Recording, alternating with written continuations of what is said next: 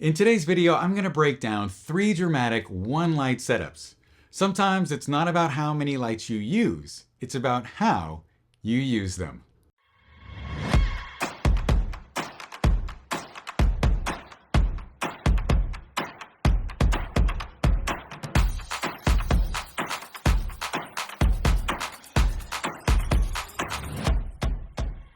Welcome back, everyone. A lot of photographers think that you need 3, 4, or even 5 lights sculpting your subject from every angle in order to create really dramatic highlights and shadows, but that couldn't be further from the truth. I'm going to show you 3 dramatic ways that you can light a portrait with just one light using nothing more than a basic reflector that likely came with your strobe, an optical snoot, and a grid reflector with a 12-degree grid inside. And then I'll show you 2 quick ways that you can kick things up a notch with just a little extra gear.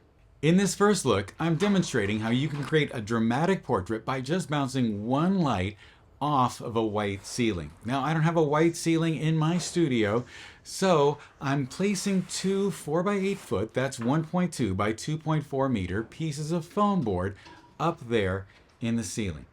Next, I'm placing a light, it's an Elinchrom 5 with a standard reflector on camera left. Now this reflector came with my light. It has about a 70-degree or so beam spread, and it's just going to be up there to cast light on the foam board so that the light can then bounce back down. I'm going to be linking to all of the gear that I'm using down in the description, so definitely check that out. The reason why you would bounce your light off of the ceiling rather than placing a softbox or an umbrella up there is because if you place a modifier in there, it's likely going to be very close to your subject's head. And because of something called the inverse square law, the closer the light source is to your subject, the more rapidly it falls off. So by bouncing the light off of the ceiling, the entire ceiling will become my light source, and a larger source relative to my subject is a softer source. And that's one of the rules in photography. And also, that light source is going to be several feet or more than a meter away from my subjects at all time, which is going to mean that that light is going to fall off less rapidly from the top to the bottom. Then, to make things even more even from the top to the bottom, I placed a V-flat World V-flat down there on the floor in front of the models to reflect that light back up.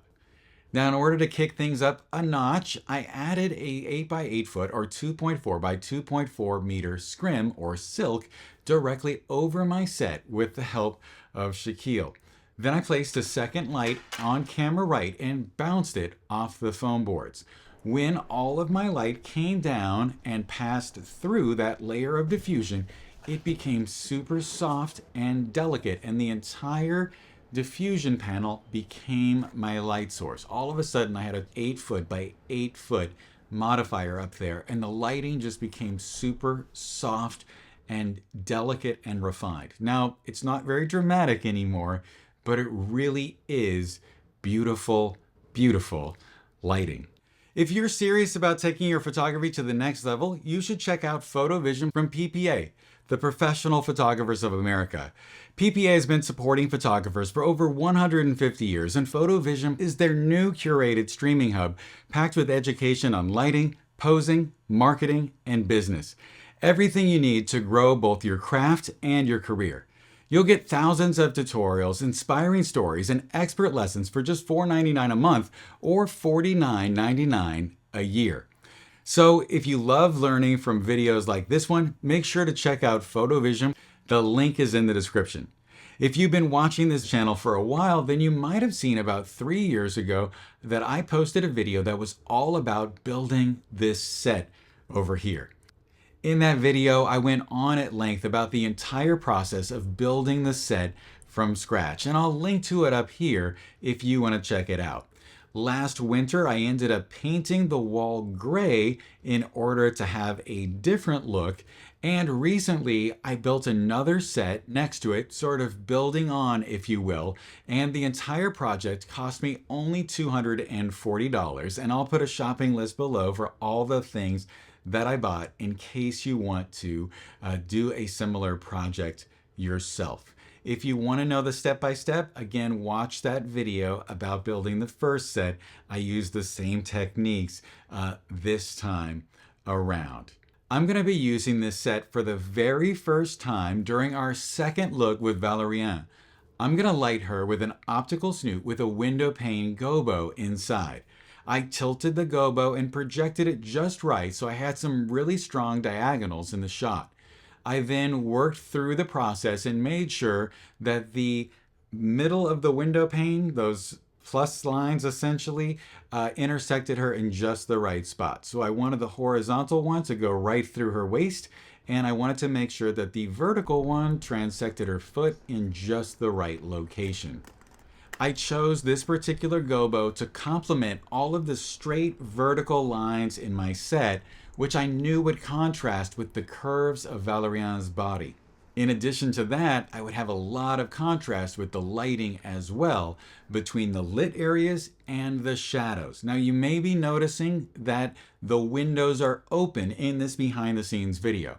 And I shot this video at 1/50th of a second at f4 at ISO 2500. Now that's a long ways away from the exposure that I used with flash, so the window light likely had a little bit of an impact in my shot, but not a lot, but that's probably why the shadows aren't pure black. Next, we moved over to another set, and I photographed Valérian with a Bowen's 200mm Fresnel. Now, the Fresnel is called that because it has a Fresnel lens inside. And the Fresnel lens was invented by French physicist Augustin Jean Fresnel in the 1800s. And his lens essentially took all of the light rays from a light source and directed them forward in a column. It collimated the light, and this was used predominantly in lighthouses, later in movie lights, and then that trickled down to us lowly photographers at the very end. Now, to make things a little more interesting, Valérian is from Paris, and I bought this particular modifier from someone on eBay in Paris. So I guess all three things have come together today to make this image. And between the modifier and Valérian, I'm going to place a flag, a Coupeau 4x4 floppy. You can see in this video that the closer you have the flag to your light source, the more subtle the edges of the shadow are. But when you move the flag closer to your subject, they become more abrupt. Now, as an alternative, I used a grid reflector with a 12-degree grid inside. You're far more likely to encounter a 10 or 20-degree grid with most brands, and it will likely produce the same quality of light. And now I'm going to put on screen side by side an image shot with the Fresnel and an image shot with the grid reflector and a 12-degree grid. Let us know in the comments which one you prefer, and while you're down there, don't forget to like, subscribe, and sign up for the bell. If you want to take your learning to the next level, remember to check out PhotoVision PPA's new streaming hub. You'll find tons of tutorials, behind the scenes videos, and education from working photographers like me. I hope that you have a wonderful day, and I'll talk to you soon.